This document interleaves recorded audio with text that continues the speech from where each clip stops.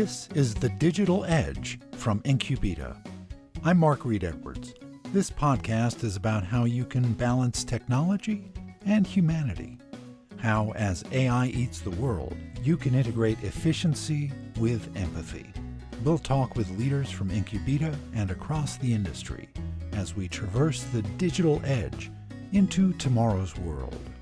This time, Ben Afia is with me. His work centers on keeping brands distinctive with AI.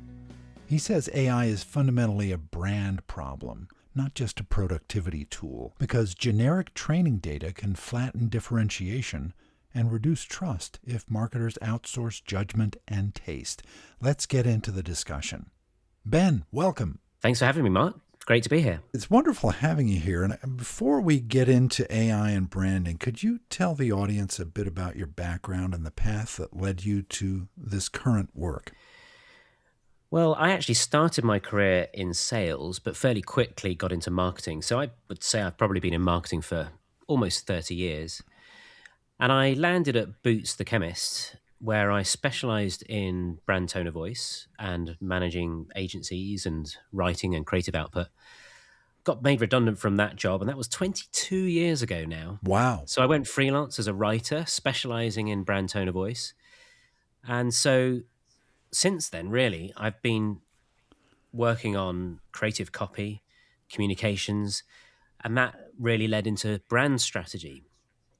And it's through that work, really, that I realized that the strengths of the brand, certainly in service brands, really come from the culture, because it's the culture that's got to deliver that brand. And so this is when the kind of idea that I coalesced in my book that I published a couple of years ago, The Human Business, where I started to really bring the idea together that if you really want to deliver the customer experience that customers will love, you've got to line your brand and your culture up. Really, you've got to start from your culture to get the brand right. And that's the only way you get the customer experience right. So that's really where I got to. And I practiced that on some big, large-scale change programs over the years with companies like Vodafone, Aviva, Legal & General, Google a little bit, Eon, Energy. So a range of mainly larger businesses, but companies where you've got hundreds, if not thousands of marketers, and certainly thousands of customer service people representing you and your voice to their market day in, day out. But it's really been the last couple of years that I've really then started delving into AI. Of course, it's only been available to us for a few years. Yeah. And it was when I was heading up marketing for a renewable energy company and working with an AI specialist that I really started to get, there is really something interesting to this AI stuff from a brand perspective. And the bit that's really got me excited is you and I have worked over the years on brand guidelines, tone of voice guidelines. How do we describe the brand? How do we articulate the tone of voice so that people writing and speaking for us across the company can do that faithfully? And it's very hard to implement that because people have their own personality and we don't want to turn them into clones. But the really exciting opportunity I see in AI is that you can bake your brand and your cultural standards into the AI so that the output is then naturally on brand. And that's just incredible, quite frankly. That's a really exciting prospect. And so that's really what I've started to focus on over the last year. Yeah, and your book came out a couple years ago.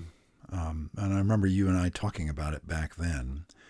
Seems pretty relevant today, that intersection of brand, people, and AI. Were you anticipating that, or did you see the early indications in AI that this kind of thing was going to happen, the intersection of brand, people, and AI? It would be nice to say that it was foresight, but it wasn't. Making business more human has been really an itch that I've needed to scratch for decades. When I worked for other people, when I had proper jobs for employers, I always felt like I was a small cog in a large machine. And I always felt that was quite frustrating. And I could see how that would reflect itself, that feeling would reflect itself with customers. That's really where the human business idea came from. And that's really what I've tried to do through language, through emotion, through behavior. So really, it's only fortuitous that actually I think that's more relevant than ever when we think about AI. And the bit that I'm really concerned about is, how do you remain yourself? How do you stay true to your brand, true to your personality? How do you respect the things that customers love about you when really AI is trained on generic content? It's trained on all of the writing that it has available to it on the web, on Reddit, stuff like that. The AI companies have trawled what is publicly available and some stuff that's not. So inevitably, it's going to lead to a generic output. And so that's the bit that I'm really interested in. How do we use AI so that it amplifies our personality, our values, rather than make it bland? You've said that AI is fundamentally a brand problem, not just a tech problem. So, what are companies misunderstanding when they treat AI primarily as a productivity or automation initiative? I think the initial appeal of AI is efficiency. I think amongst marketing teams, and marketing teams are often some of the first in an organization to look at AI because they can see the opportunity, and marketers tend to be experimental and they work with agencies who bring them ideas. So they just have more exposure and maybe a little bit more license to try stuff out. And the initial instinct is to find efficiencies where things are time consuming. How can we write faster? How can we produce more? How can we automate process? The bigger question for me, though, because those questions aren't really enough, the bigger question for me is, how do we keep applying our own judgment, our own experience? How do we maintain our voice? How do we retain our standards and our values?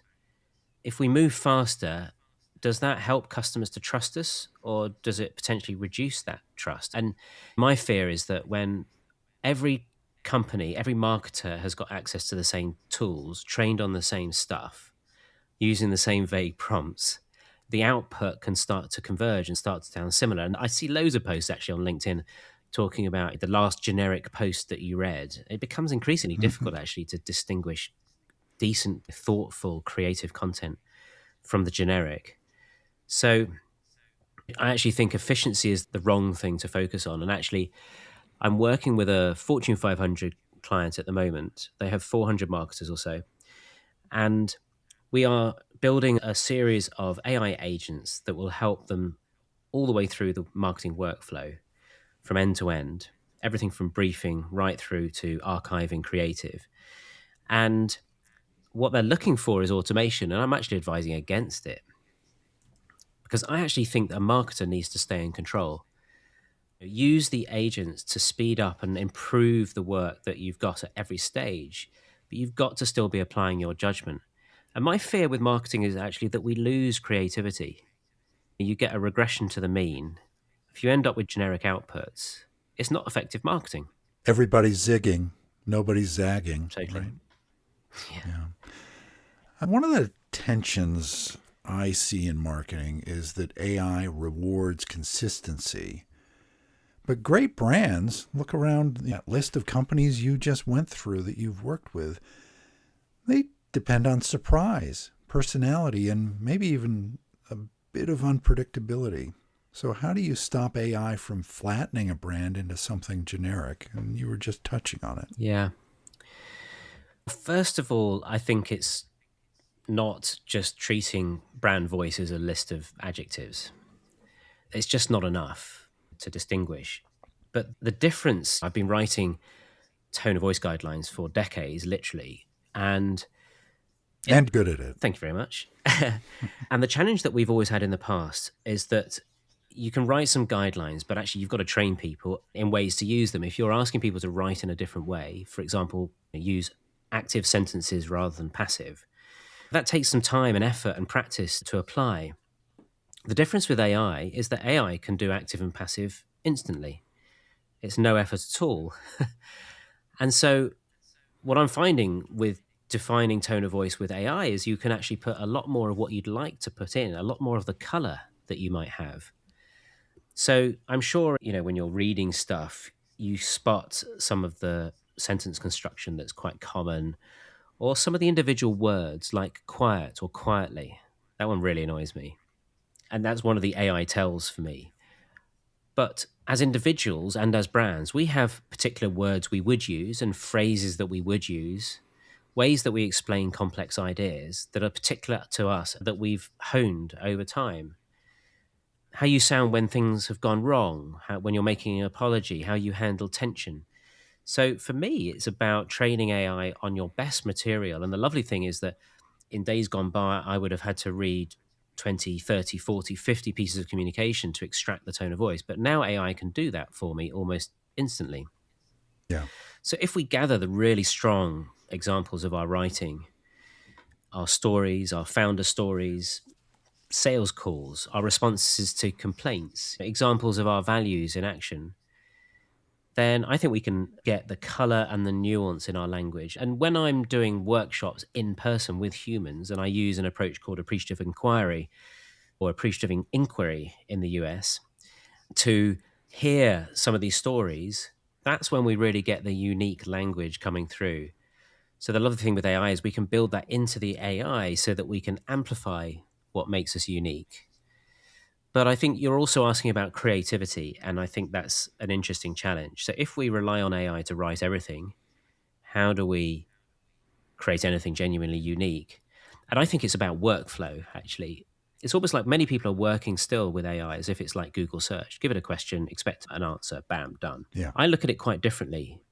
I'm actually working on a skills framework that helps us to train people in a sequence of stages in learning how to work with AI as a thinking partner, because it's much more than just giving it one prompt. It's actually breaking a task down into a sequence of steps. And so if we're looking for more creativity, actually one thing that AI is really good at is generating creative ideas.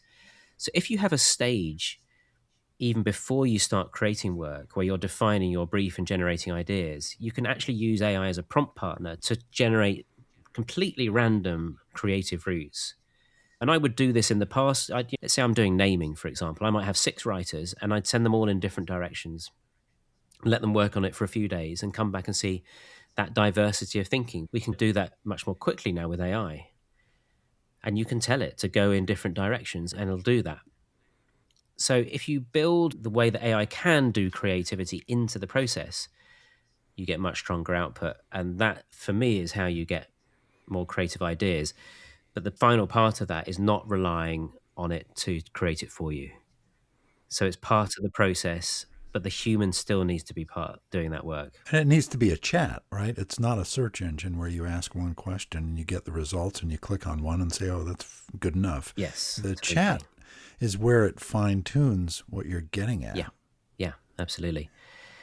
And it's understanding your strengths, what you bring as a writer, as a marketer, as a leader, and what AI brings, and what different AI models bring. So how does Claude sound versus ChatGPT, even when you've defined your tone of voice? For example, for me, Claude gives more nuance and more humanity in the tone of voice. ChatGPT 5.5 has actually either caught up with Claude or is starting to beat, but they have different nuances in tone of voice. So learning to work with how they construct sentences, how they label things. Gemini puts stupid headings in whatever I ask it. Really irritates me. So it's learning how the different models work, but knowing what you bring and the strengths that you bring, understanding what AI can and can't do, and then how you can work it to get the best results out of it. And I think you've indicated it makes sense to use as many models as you can and see which one works best for you. Yeah, and I've spent the last year experimenting with all of them. I do most of my work now with Claude. Claude is my friend, and I've created a whole range of agents that do all sorts of different work alongside me. I was going to say for me, but I don't really believe in trying to automate stuff just yet. I think that's too risky in terms of data and security and accidents waiting to happen. But I've worked across all of the models and I'm constantly experimenting. And actually, one thing I am finding is it's almost impossible to keep up with the changes, as I'm sure you're finding. Yeah. Everybody's experiencing. AI is moving so quickly, it's very difficult to stay on top of it. And I don't think we should really try. So I'm actually now employing my son a day a week at the weekends. He's in cybersecurity, but he's helping me out at weekends in R&D, testing new models, running evaluations, helping me think through how I build my own personal tech stack and for my wider freelance team. Fascinating times. Let's talk about how marketing teams use AI. Many of them use it as a first draft engine. I've got an idea. Can you flesh something out for me? But first drafts end up shaping the thinking down the road. So are we in danger of outsourcing not just execution, but judgment and taste? Yeah, really interesting question. I think there is a risk of that. And so we need to be building habits that counteract it. And so I'm working on a skills framework that I call Brief, Build, Back. And the brief part is about the thinking that you need to do before you even start using AI. The build part is then how you build in collaboration with AI, how you work with it. And the back part comes after you've worked with AI, and it's applying your own judgment and backing it up, whether you're prepared to put your name to it. The confusing thing about AI is that on the surface, it's really easy to use. It's just chat. But actually learning to work with it is a lot harder. So I'll touch on the skills quickly. In the brief section, it's about thinking, how do we engage with AI and what's the thinking that we need to do first? I've already talked about knowing your strengths and knowing what AI can and can't do. Knowing your strengths is knowing about what you personally bring. So for me, I've been working for 30 years. I'm a brand strategist, a copywriter, a project manager. I have a huge range of skills. So it's thinking, what strengths and skills do I bring that give me a particular perspective on this project that is actually going to relate to the need that a client has brought to me? And it's then understanding how AI can help and where it shouldn't, where I should stay in control or where I should do the work. And then it's about setting the vision. What does a good output look like? And what is the value of doing that work? Not just doing it for its own sake. Who's it for? And what do we want the person to think or feel or do as a result? So setting that vision, building the context, so gathering the files. So there's this, the term context is a kind of an AI thing, but if you imagine a Google Drive or a OneDrive of files, the background that you would brief, if you're briefing a creative agency, you'd need to give them some background. So what context are you giving the AI? And then how are you breaking down a task so that you stay in control? How you draft the initial prompt, how you research or get AI to help you research, how you plan the project, how you review the outputs. So it's thinking about how you make it part of your work. I haven't even got into prompting yet. And this is the thinking that we need to be doing, I think, before we even start using AI. And then the build part is about talking with AI like a person. I think of it like treating a creative. So working with a copywriter, working with a designer or an account director, how would you talk to them? And then prompting with purpose. So being really clear about what you're asking them to do, how you want them to think about it, what format you want it to come back, and how you want them to behave you as well. Do you want them to push back? Do you want them to be direct, or do you want them to be encouraging and coaching? Do you want them to challenge your thinking? AI can't read your mind, so you need to spell it out. And then it's breaking that work down, a large task down, so that it can work in sequence. So understanding how AI works and what makes it efficient, and then iterating with it, keeping going until it's just right. So I've been working on an outline for an agent for developing value propositions this afternoon. I got a first draft of an outline for the architecture yesterday, looked at it this morning and thought, that's not quite right. The tone is a bit harsh. It doesn't feel very human, doesn't really feel like me. I'm on version 6 this afternoon before it's ready to send over to my client. And that brings us to the kind of the final, the kind of editor role, which is really you applying your judgment, checking the tone, checking the facts, checking it answers the brief. And just very quickly, the final bit really is about owning that output. Would you be prepared to put your name to it? Sometimes I describe it to people and say, would you be able to stand on stage and talk about it for 2 minutes?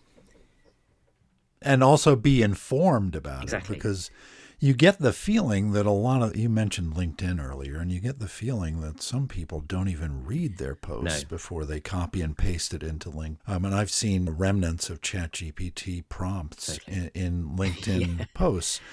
That's just shallow, isn't it? Whether you have AI help you do your work or not isn't the point. It's No. whether or not it ends up being your work at the end of that. Exactly. It's your name on it. And that's a huge risk, isn't it? And I'm paranoid. And it's so easy just to cut and paste and you leave a bit of the prompt or is there anything I can do? Or would you like me to Would take you you like me further? to create an Yeah, Instagram post from this? totally. Yeah. Yeah, it's hilarious. So it really is about bringing what AI can't, the creativity, the empathy, the stories. I'm working on it. So I'm delivering a speech tomorrow on my AI team to a group of business leaders. And I'm talking about the Move 37 moment. So I start by talking about Move 37, and which just briefly, so in 2016, Google DeepMind took their AI called AlphaGo to South Korea to challenge Lee Sedol, at that time an 18-time world champion in Go, the ancient game that originated in China, has been played for thousands of years. And it was thought to be a challenge that AI could not beat, or probably wouldn't for a decade or more at that time. And so I'm start by talking about Lee Sedol, and it's a very human story about man and machine. And Lee Sedol goes out for a cigarette at move 36 in the second game. And so I've got an image of his back to the camera, but with a cigarette in his fingers. And I actually used AI. I have an AI speechwriter that helps me prepare my speeches, helps me generate ideas, helps me write bits when I'm short of time. But I actually draft them myself. And it had missed an idea. The AI had really not landed in the middle of the story. And you'll know as a communications person that if you can land people in the middle of the story, you engage them emotionally immediately. So I actually can't quite remember. I have rehearsed a couple of times so far today, but my opening is I want to introduce you to Lee Sedol. He's an 18-time world champion Go player. And here he is smoking a cigarette. And my AI speechwriter, which is trained on the way that I write speeches, had not seen that opportunity. It had helped me with ideas, but it had missed something that I just thought that's a really human moment that I think my audience will relate to. So we still need to bring our creativity, our relationships, our stories, and know where it falls short. The humanity, Yeah. bringing the humanity in, which AI can nibble around the edges of, Well, it but can. the heart of it has to be you. There is one way that it can actually bring humanity in a way that is actually surprising. So I built an AI coach last year. It was quite early last year, and I was working on a contract, and I was going to be starting work on a website for this company. And because it was a founder-led business, I knew that the tone of voice and the stories in this website would be really important and sensitive for the founders because it's their story. And I was quite anxious about it. And so I knew that there'd be some tension for me. And I was wondering how I was going to help my leaders to allow me to flex the tone of voice because they come from academic backgrounds. And so there's a lot of academic language already. And as my tone is very simple and very human and very straightforward and personal. So I was quite anxious about this. So I used my AI coach to coach me through the situation. Now, it didn't actually give me the answer, but through the conversation, I was setting it up and saying, look, I'm anxious about how this is going to go. I'm not sure how I should work it. I'm going on my previous assumptions. And one of the things that I got taught early in my career is that you should present your work face to face. You should talk things through with people. And so my instinct was that I would come up with a first outline of copy for this website, and I should sit down with my sponsor, with my client, and talk it through with them face to face. But through this conversation, the AI actually helped me to see what if there was a different way to look at it? What if my client is actually an introverted thinker and a reflective person? And what if that person might be intimidated by having to go through this face to face? And what if they need time to reflect before they respond? And I thought, do you know what? I'm not going to book a meeting. I'm going to send it over. So I sent this first draft and I got feedback almost immediately, and she loved it. She made some small amends, but she accepted the tone that I'd given. And it worked so much better than I ever expected. And AI had helped me to see that other side. Now, a coach would have helped me to do that, but I didn't have a coach available at the time. I had AI. So Yeah. for me, that's actually a very human application that AI has brought me to, a human insight that AI helped me to get to. So if we use AI to see different angles and see things from our audience's perspective or from another person's point of view, I think it can be really powerful. So, I read about AI every day, and it seems like there's kind of a tension between companies that say we're all in on AI, and then you read a bit deeper and you find out they're all stuck in pilot mode. So is that mostly a technology issue, or is there a cultural issue around fear and uncertainty inside companies? I do think there's a lot of fear, and I genuinely don't think it's the technology. The technology is actually relatively straightforward. AI itself is fairly easy to use. Building a knowledge layer is a little bit more technically complex. But in terms of day to day use for individual people, I think it's about humans and their relationship with it, and their relationship with their role and their relationship with the organization. And I think a lot of organizations are piling in to pilots, and they're not stepping back and going, what are we actually intending to do here? And what does it mean for the people in the organization? Because I'm sure every employee under the sun is thinking, what does AI mean for my job? And that is a very valid fear, because CEOs and boards are under pressure to deliver quarterly results and to deliver efficiency in order to improve profitability. So it's easy to see how short-sighted leadership could say, great, we can get loads of automation. What if we get all of our teams to train our AI in the way we do things, and then we can get rid of them? And even if that's not the intention, I think people are probably wondering if that's the case. So I do encourage organizations to be really purposeful and come up with some sort of statement of intent around AI, a policy about what the intention is, but also then to introduce people to AI in a way that really works. And I organize a monthly drinks with friends on my street. It happens to be tonight. And I can remember ever since the beginning of this year, we've been for our monthly drinks. And I've got one friend who works at a global law firm. I've got a friend who works at a global manufacturer. There's people in all sorts of businesses, large and small. They've mostly been given Microsoft Copilot licenses, and they've mostly either not been given any training or been given really basic training. Here's how you write a prompt. So I think the thing that's missing is helping people to understand how to think with AI rather than just use it like Google search. Put yourself in 1981 and someone gives you a personal computer and says, here, use this.